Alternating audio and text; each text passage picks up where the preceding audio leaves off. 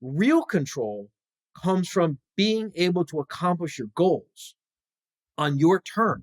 Doing everything yourself isn't real control. That's just a job.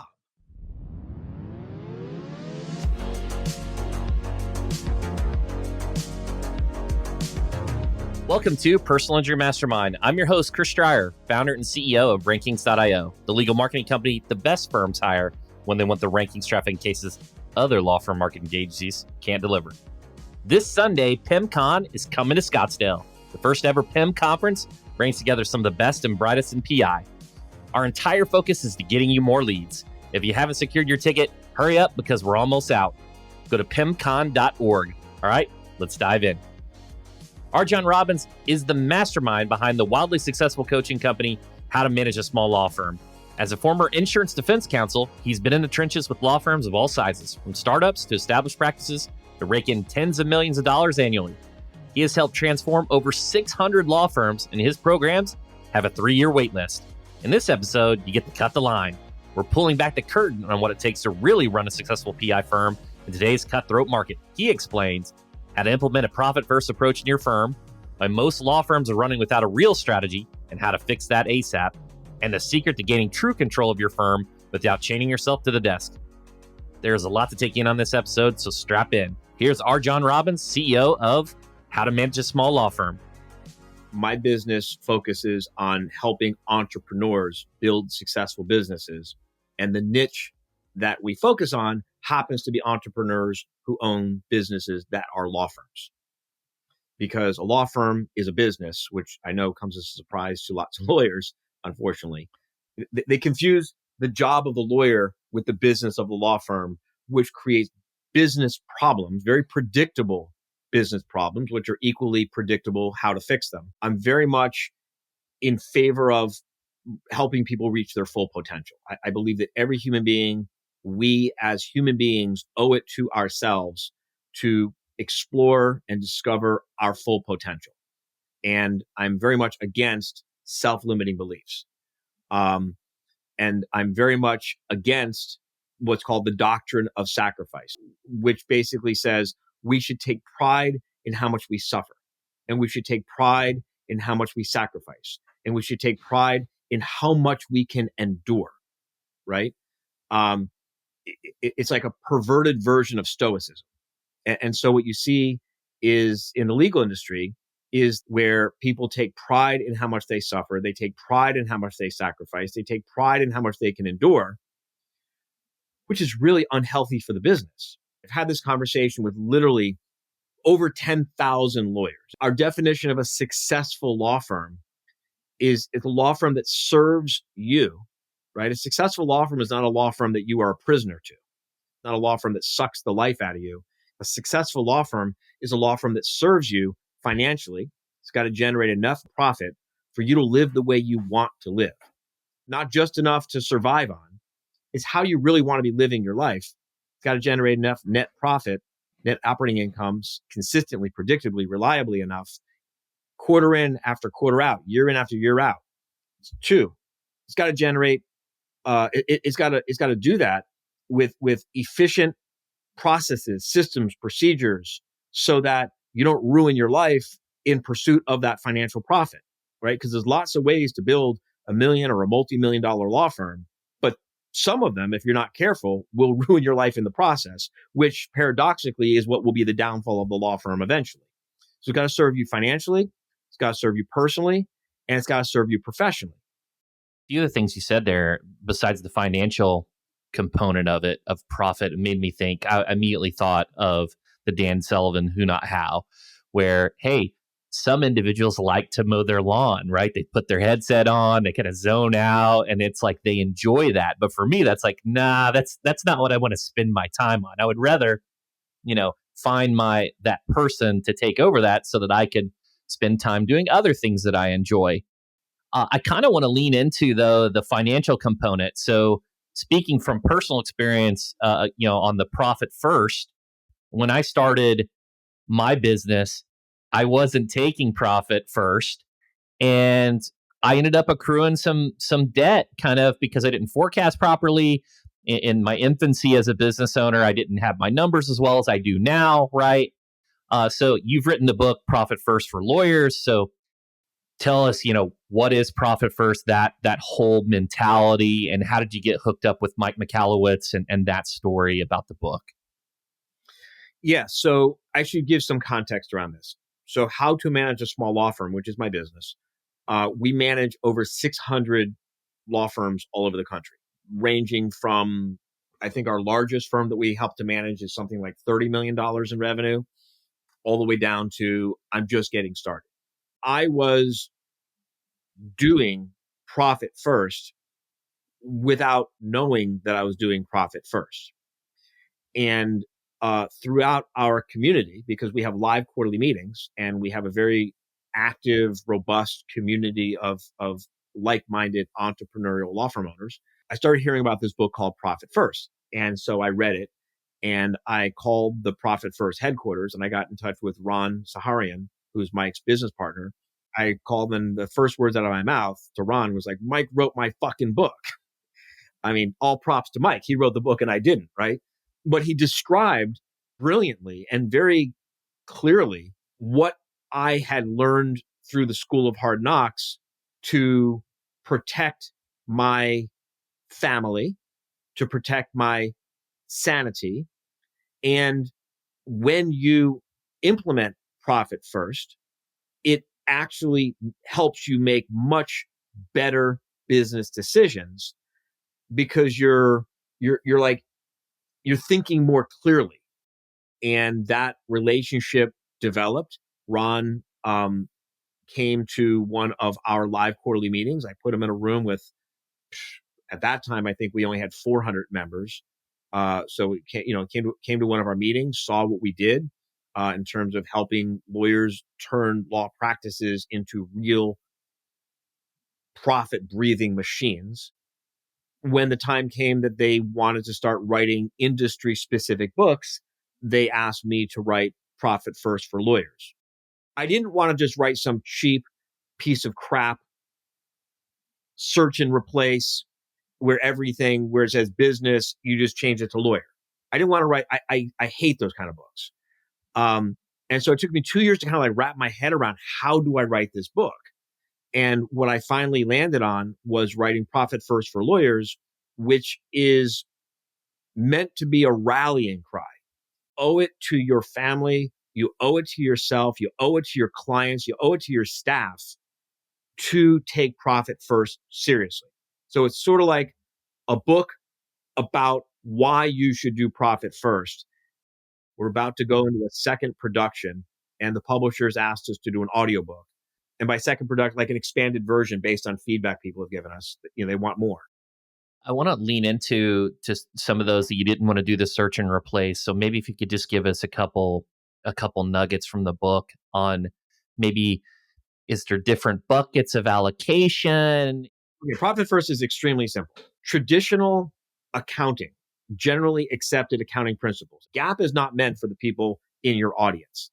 GAAP is meant for publicly traded companies. GAAP, generally accepted accounting principles, says that you have revenue, yeah? Then you've got expenses, and then you've got what's left over as your profit. And the problem with GAAP is that you've got revenue, and then all the vultures and piranhas and leeches fucking try to eat you out of house and home in every way, shape, and form in your business. Then what's left over you live on. Fuck that. First, there's revenue. Then I'm taking mine off the top. And then I'm going to creatively figure out a way to make my business run on what's left over.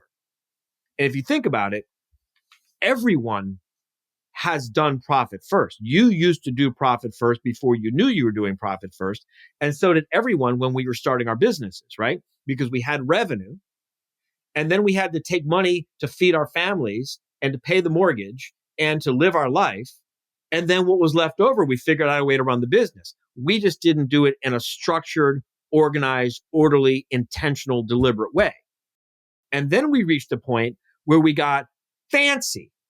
And we hired these fancy accountants and these fancy consultants and all these fancy fucking people with their fancy fucking degrees. And they came in and they started trying to jam gap down our fucking throat, and it chokes us. And next thing you know, you're like, what happened to the good old days when I actually made some money out of this place? And what happened is they gapped the shit out of you. And profit first is the antidote to that. It will bring you back the joy in your business because you start getting the benefits of it. And let me tell you, it's really awesome when every month you see your profit first account growing and growing and growing. So, I mean, here's the basic idea. It's really simple. Every dollar on the top, every dollar of gross revenue, you take a percentage of it, you stick it aside into a profit first account. And you take another 50 cents and you put it into a tax account so that you can pay the taxes on the dollar of profit. Everyone says, oh my God, but that's 1%. 1%. 1%, right? You're not going to miss 1% in your business. 1.5%. One for you and half for taxes. You're not going to miss it. If you are going to miss 1.5% from your business, then you desperately need Chris to help you with your marketing, more than you know. And then you ratchet it up to 2%. And then you ratchet it up to 3%. And before you know it, you're consistently, predictably taking 15 to 20% off the top for you. And then your business is truly financially working for you and for your investors. And now your audience is thinking, investors? RJon doesn't know anything about the business of how to run a law firm. I don't have investors. Yes, you do. You definitely have investors. You don't realize it, but you do. They're called your family. They have invested money in your business. They have invested sweat equity in your business. They have invested their patience, their infinite patience, listening to you come home and talk your fucking bullshit every fucking day when my kid knows the name of someone who I'm complaining about and says, it sounds like so-and-so is just not doing a very good job. I know it's time to fire their fucking ass, right? I mean, the time was well overdue, but the point I'm making is your family has invested in your business, right? And you owe it to your shareholders to make your business profitable. A lot of times people think of like profit as being taboo, but if you don't think of a business as generating profit, you're a nonprofit or it's a hobby. And we got to protect our own. And what did you have on that? Even nonprofits have to make a profit. If a nonprofit doesn't make a profit, it will stop being able to do any good for anyone. The only difference between a for-profit and a not-for-profit is that the nonprofit translates the profits, and instead of giving the profits to the shareholders, it translates the profits reinvested into more social services. But if a nonprofit is not run profitably, it's fucked. That's fair. That's fair. I agree. And what about the PI attorneys listening? You know, in terms of one of those budget allocations, like you said, hey, you know, you take this, you set it aside. Would you allocate something towards like the contingency side? Is there any different buckets, or is it kind of the same? And the nature of it is being simplified to work for you and not complicated and trying to read a P&L with accrual or cash, or, you know, it hasn't been reconciled and you have all this, you know, confusion. You know, what about on the PI side? Is there a different bucket, or is it thinking about the same concepts in the same way? In the beginning, start simple. Start with just 2 accounts.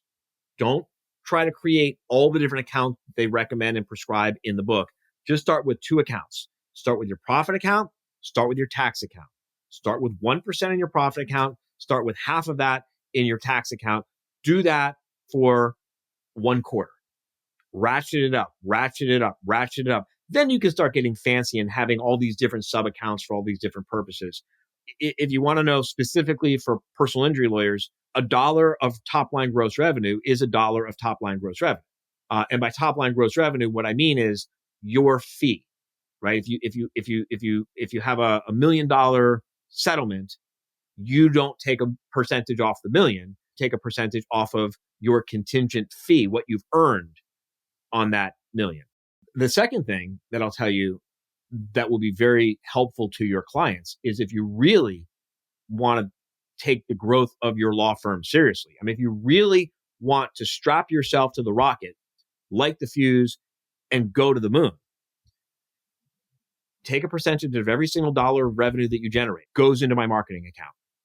And the only way this money comes out of the marketing account is when it is invested with a plan, with a budget, with key performance indicators into intelligent marketing that is intended to make a big ROI. I don't take the money out to pay payroll. I don't take the money out to get a new office.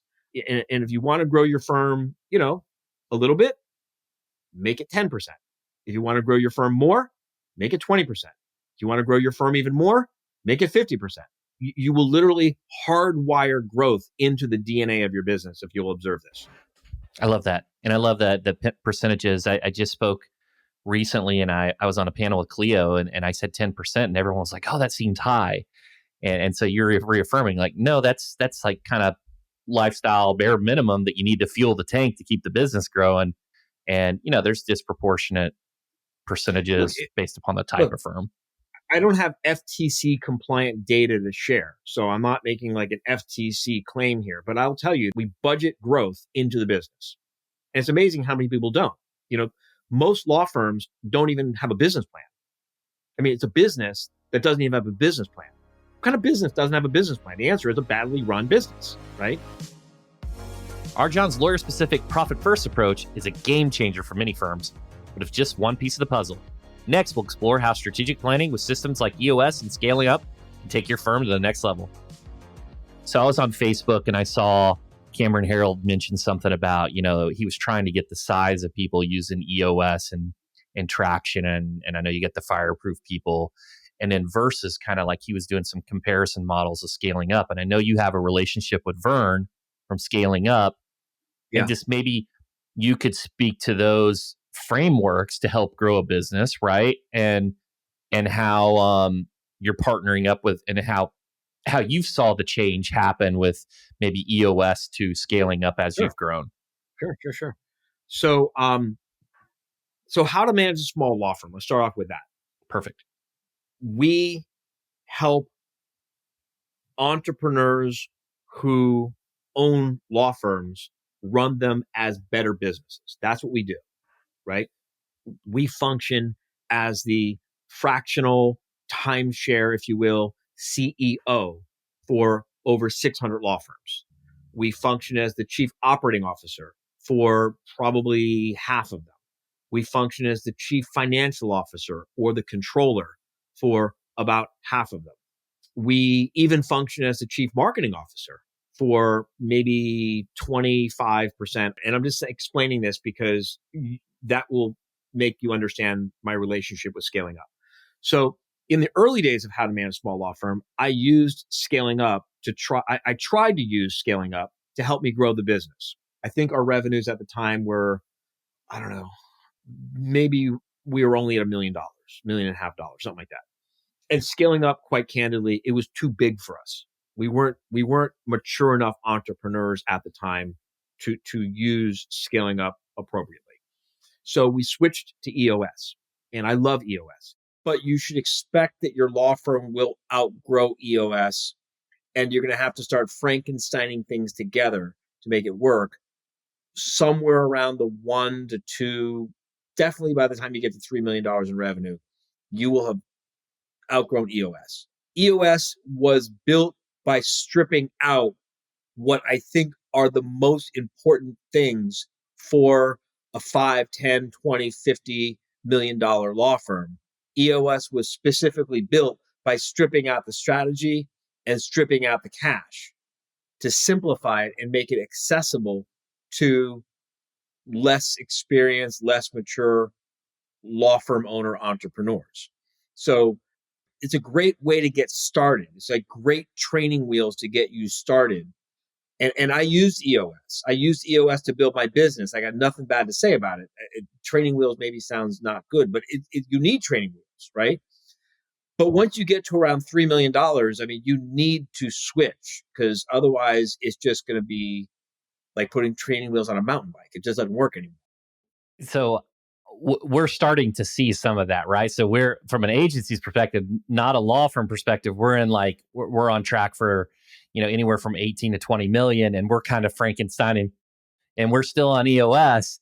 And so it's interesting. You said a couple things, like first, the finance, the cash part, I had to get an external CFO, get them involved. And actually a couple really negative things happened to me personally, where I accrued some debt just because, even though, profit first this was kind of pre-profit first. And now I've got some of those guardrails in, but I just didn't have the clarity, and I didn't think that EOS helped me there. So it's kind of reaffirming that maybe, those just models or those things didn't exist. If you're telling me that you're running an $18 million, $20 million marketing agency or professional services firm or law firm or anything on EOS, pretty sure I can probably predict the challenges you're having. And a lot of those challenges get better when you switch to scaling up, when you step up to scaling up. Because the problem is, in broad strokes, this is the problems I bet you're having. How big is your team? We're about 70. Okay. How big is your leadership team? Our core leadership is 7. The 7 of you have to get aligned enough on the strategy, on the long-term strategy.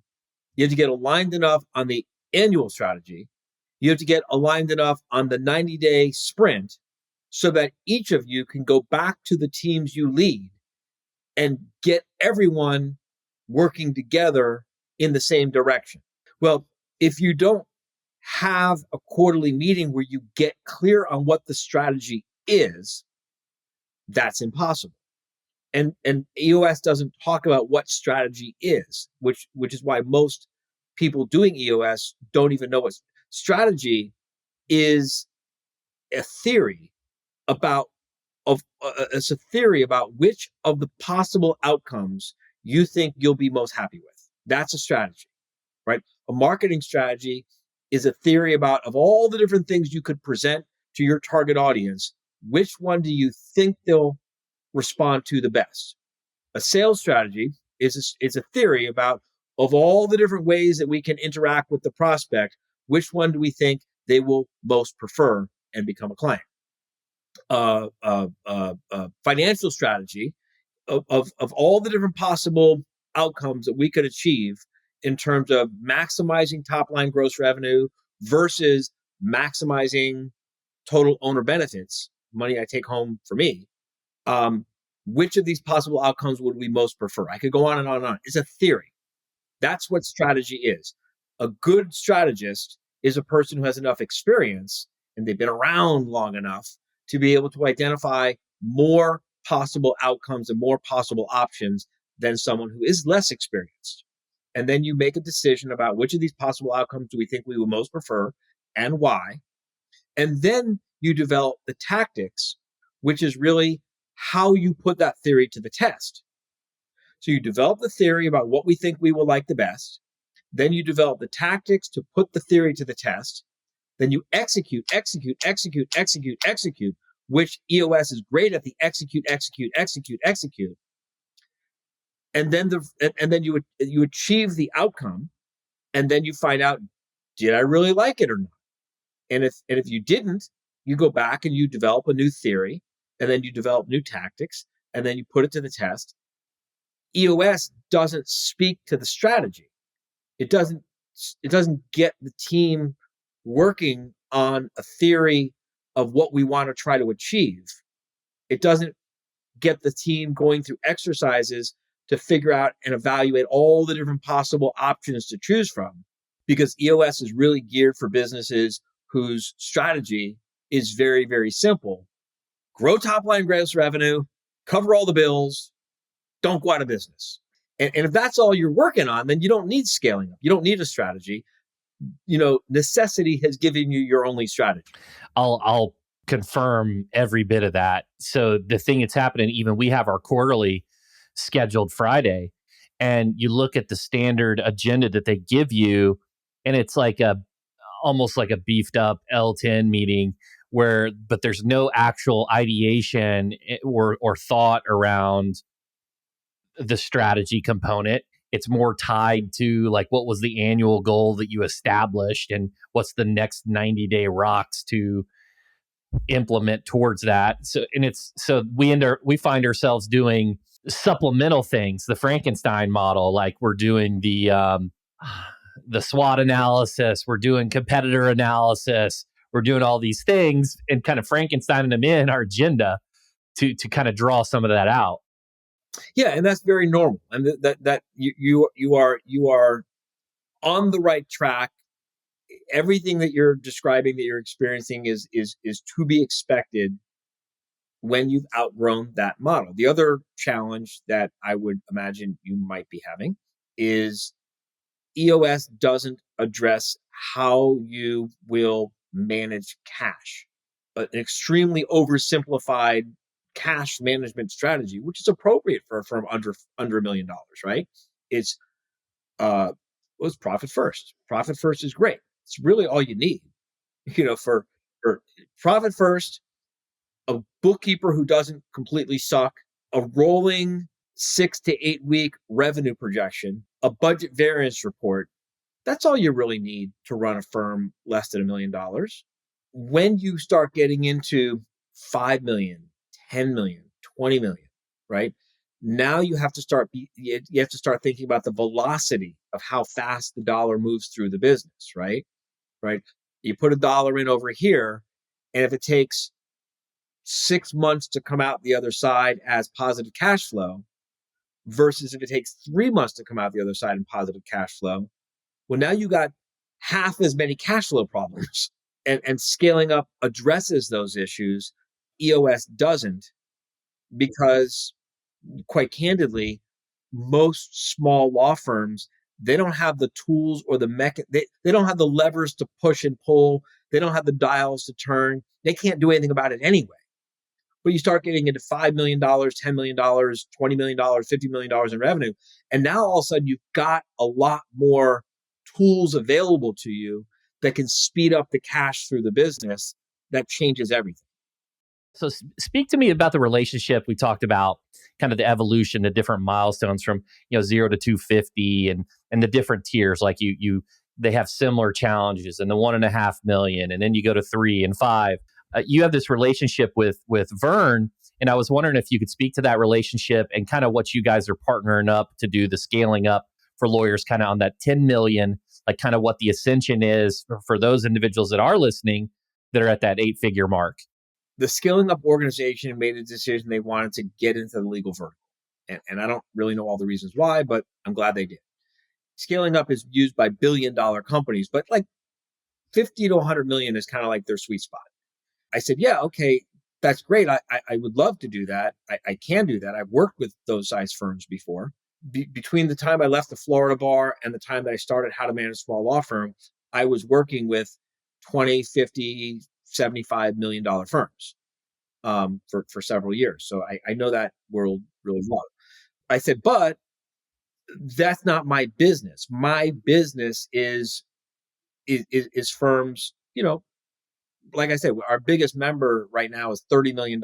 We've got some 20s, we got some 15s, we got some 18s. Most of our members are really in that $500,000 to $3 million range. That's kind of like the sweet spot. And I said, look, I need to build a bridge between How to Manage a Small Law Firm to scaling up. I can't just have a gap. That would not be good for my business. So they said, okay, that's fine, do that. So that is what we're building now. And we'll be launching a podcast, Scaling Up Your Law Firm, and we'll be writing a book, which will be, we're deciding whether it's going to be Scaling Up Your Law Firm or whether it's going to be Rockefeller Habits for law firm owners. That's incredible. And I just, like I said, I just had this question from Cameron Harold, and many of my followers on Facebook are, on EOS, but they're considering, people are saying they outgrew it. So this is a great resource. I love that you're creating this. It's kind of an untapped market, right? Nobody's really concentrating and focusing on this group. It's more the smaller law firms on their growth trajectory towards it. So it's nice that the smaller percentage of our audience has something to kind of ascend to. Once a firm gets to like, 10, 15, $20 million, I mean, then things can get really fun. It's fun working with the small law firms because you see the growth and it's like, boom, boom, boom. Things are changing every day and it's like exciting, exciting, exciting, exciting. But you could like working with a firm that's got the resources, $10, $20 million, it gets really fun to work with them. I mean, how to manage this $30 million, the things that I can do today, I couldn't have even dreamed of doing 10 years ago. Yeah, the bootstrap, you're limited on capital. You got to do those belly to belly activities and the shaking hands and networking compared to actually being able to pay for distribution. So I kind of wanted to lean into that. Look, I own a marketing agency, and I'm super curious since you've worked with so many firms, and you worked with Dan Kennedy, and you have just a wide breadth of knowledge on many topics. One of which is marketing. Like it's essential, right? You got to get the leads. You could be a great attorney, but you got to get the leads to grow the firm. So you wrote the automatic marketing machine, and I was just wondering if you could speak to just overall tactics for PI attorneys that you find to be successful across all spins, all tiers, and just in general your thoughts on marketing to feed the machine. I had a firm that hired me to build a marketing campaign for them. And this is back when there was phone books. You would open up the phone book. Just imagine the telephone directory, right? You'd open it up and it was a full page spread of a stop sign. And it said, stop looking. Don't hire anyone. Don't hire us. Don't hire anyone else you find in this book until after you've read our free report. My entire strategy was to get the prospect to shut the book. Because the way that personal injury clients shop is they dial the first number. They don't like what they hear. They dial the second number. They don't like what they hear. They dial the third number. They don't like what they hear. Nowadays, they go to the first website. They don't like what they see. They go to the second website. They don't like what they see. They go to the third website. They don't like what they see. You want to get people out of their buying cycle. Get them out of the general population and into your own little pond. Stop looking, start educating. Let me start educating you, right?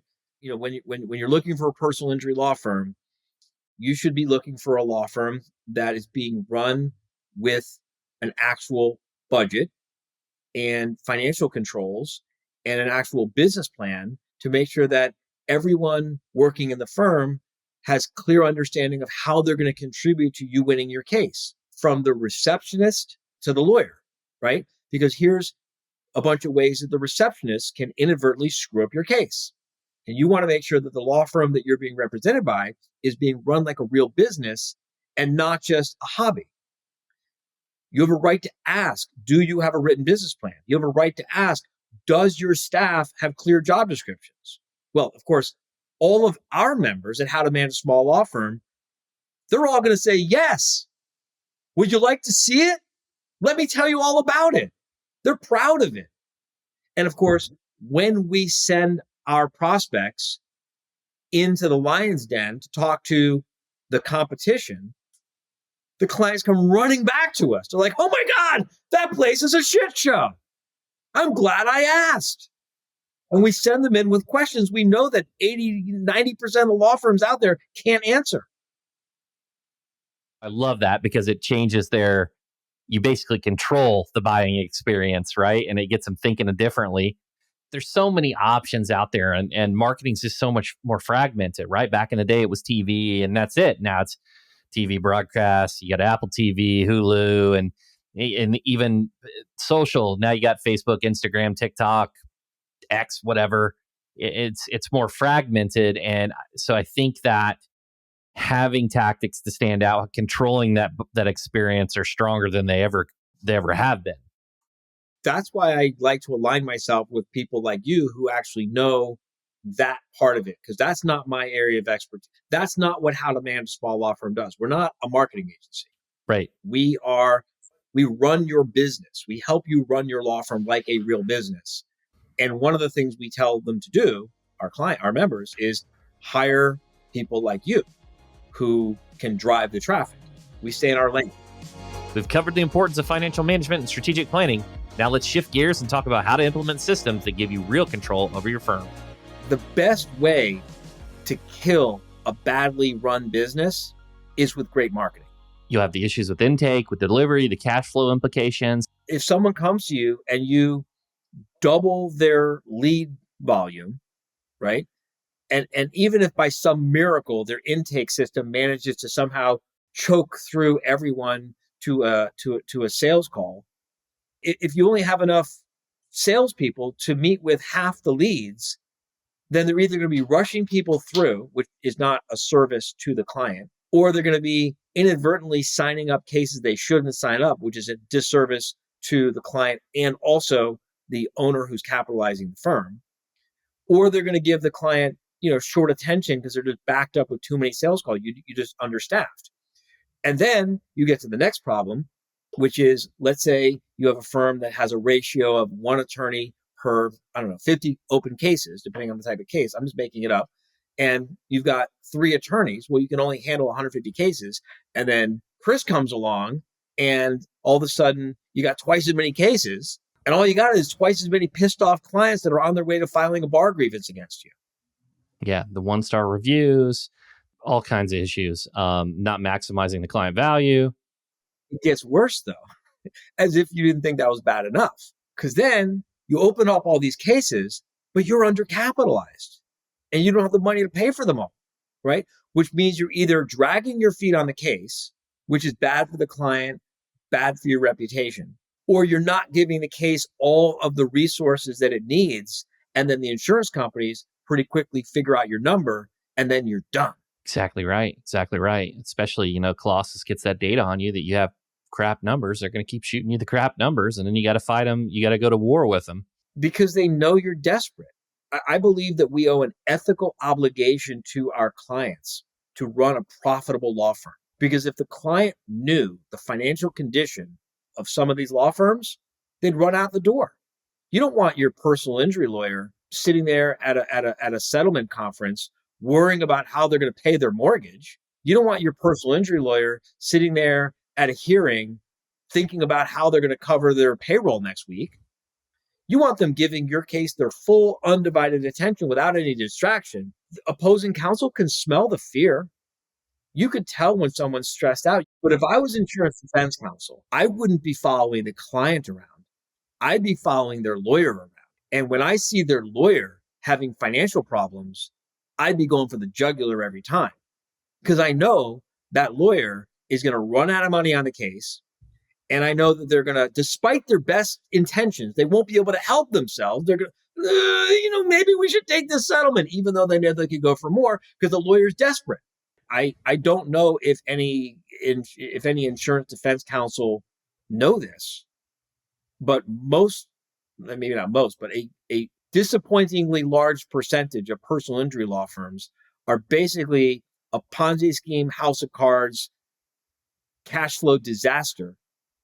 And if I was defense counsel, I'd be leveraging the shit out of that to save money and force settlements. You mentioned the fractional CEO and the fractional CFO. If I'm the business owner, like what's the steps to like give the fractional CEO the driver's seat and because that's like really relinquishing a lot of control, quote unquote. How does your clients work with these fractional components? A lot of law firm owners settle for the illusion of control. They don't actually have control over shit, but they feel like they do. And for them, that's enough. And to illustrate this point, I got to tell you the story. Years ago, I decided I wanted a new boat. So I decided, okay, I'm going to give our members the opportunity to buy me a new boat. And so I went on stage and I was very transparent. I put up a picture of the boat that I wanted. And I said, I got good news and bad news. The good news is that my wife and I have decided we want to get this boat. I gave the opportunity for 9 law firms, 3 at a time, to come to Miami and spend the day out on the boat with me and just talk about the lifestyle of a fast growing entrepreneur and, all the things that you don't really get to talk to anyone else about. And being out on the boat, it's amazing because you end up talking about things and getting ideas. I mean, so many multi-million-dollar side businesses got spun off of that boat. And someone goes to the mic, well, what's the bad news? I said, the bad news is I want a 32-foot boat. Why is that bad? I said, because if I wanted a 50-foot boat, I'd have more opportunities for you. So we're out on the boat, one of these boat days, and we're floating around. And I bring a captain out when I go out with clients. I run the boat myself all the time, but when I go out with clients, I bring a captain. And we're floating over the sandbar, and we're talking about this issue of control. And I said, you're settling for the illusion of control. What do you mean? I said, well, you want to see some real control? I said, so imagine you're on like a little John boat with a little outboard engine, right? It's vibrating. You got your hand on the tiller. You can make it go faster or slower, left and right? You feel like you're in control, but like you're on a 10-foot John boat that can't go anywhere or do hardly anything. Now you get a bigger boat and you put the steering and you put, a 100 horsepower engine on the back. And now you can control it with hydraulics, but you're not really controlling the engine. You're controlling the wheel that controls the hydraulics that controls the engine. But you can go further, you can go faster, you can carry more. You actually have more control over your life and where you're going. Then you get to a boat with, a bigger engine. And I said, but you want to see some real control? Watch this. And so I called out, Captain Glenn. He goes, he has a South African accent, so I can't do it justice. But he goes, yes, RJon, come get us. He goes, yes, sir. He goes, pulls up the anchor, starts up the engines, comes over and gets us. And they're all impressed. I said, but you want to see some real control? I'll show you some real control.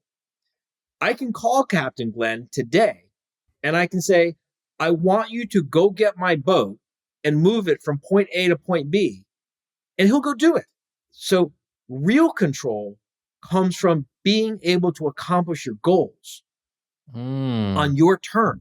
Doing everything yourself isn't real control. That's just a job.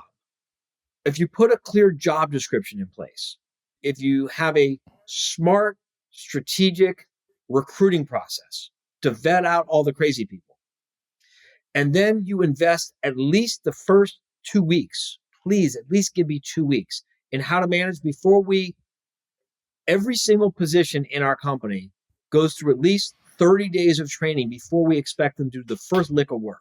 Before we allow any of the advisors, the CEOs, the CFOs, the COOs, the CMOs, before we allow them to do anything, they go through 7 weeks of training that we pay for. 7 weeks, that's 45 hours a week for 7 weeks before we let them do anything. And every week we're testing them. Half of them don't make it through it. And then you have clear key performance indicators that you can measure people's performance by, which allows you to be really, really ruthless on the problem and not such an asshole with the people, which is good for retention. And if you put the right training in place, you put the right key performance indicators in place, you put the right compensation packages in place, you give them the right training, you enroll them in the right mission and vision and values so everyone's like excited about what they're doing and why they're doing it.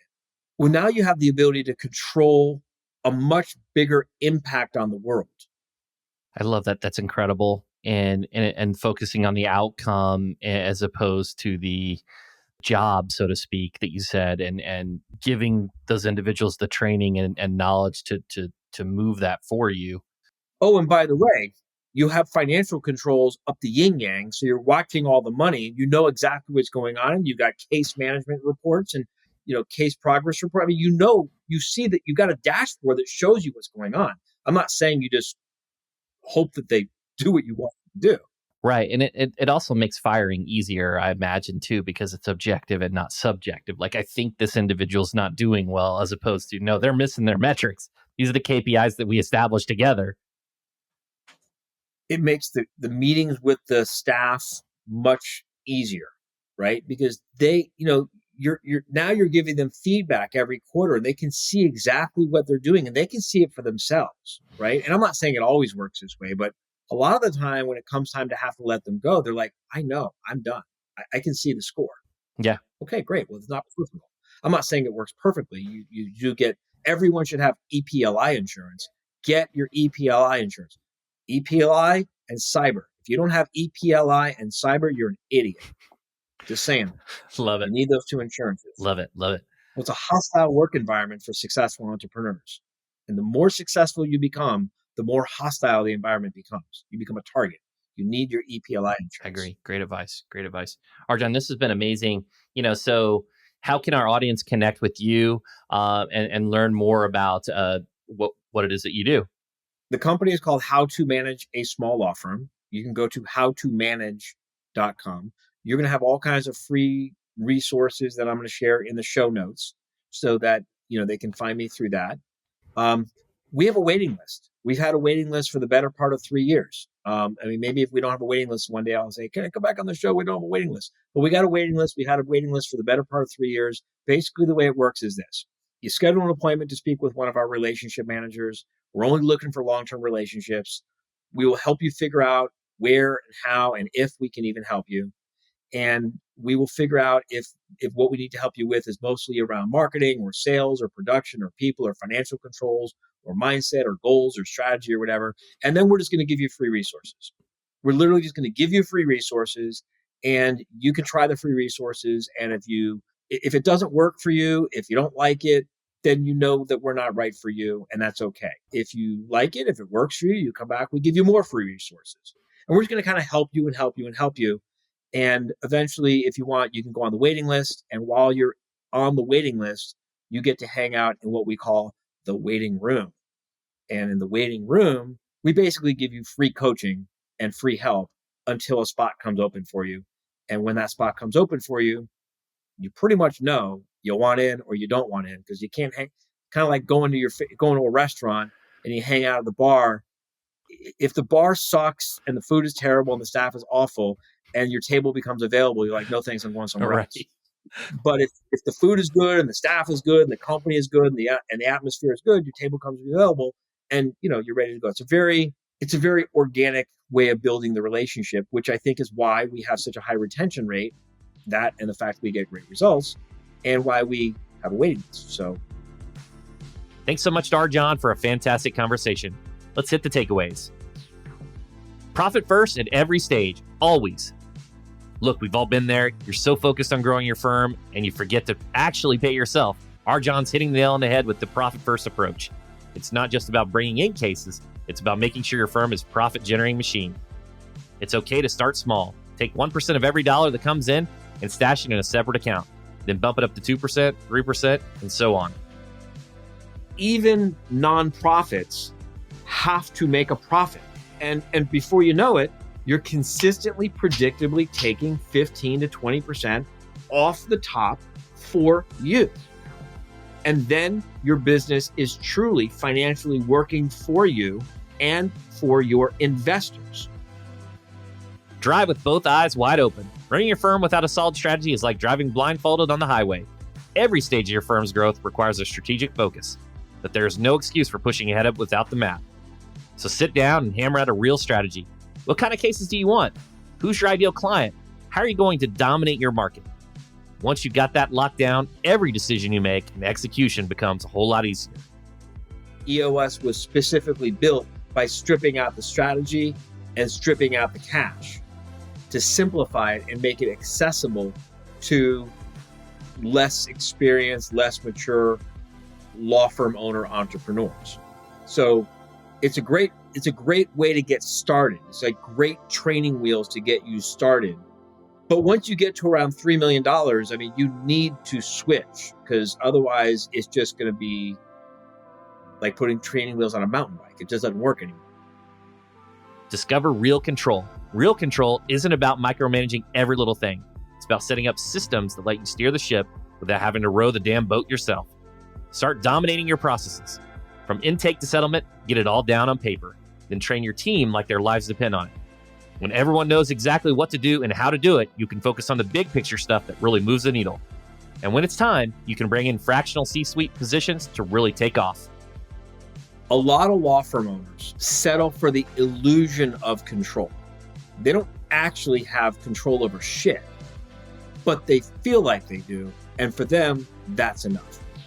Huge thank you to RJon for coming on the show. For more information, check out the show notes. Before you go, do me a solid and smash that follow button to subscribe. I'd sincerely appreciate it. And if you don't want to miss out on the next episode of Personal Injury Mastermind with me, Chris Dreyer, founder and CEO of Rankings.io. All right, everybody. Thanks for hanging out. See you next time. I'm out.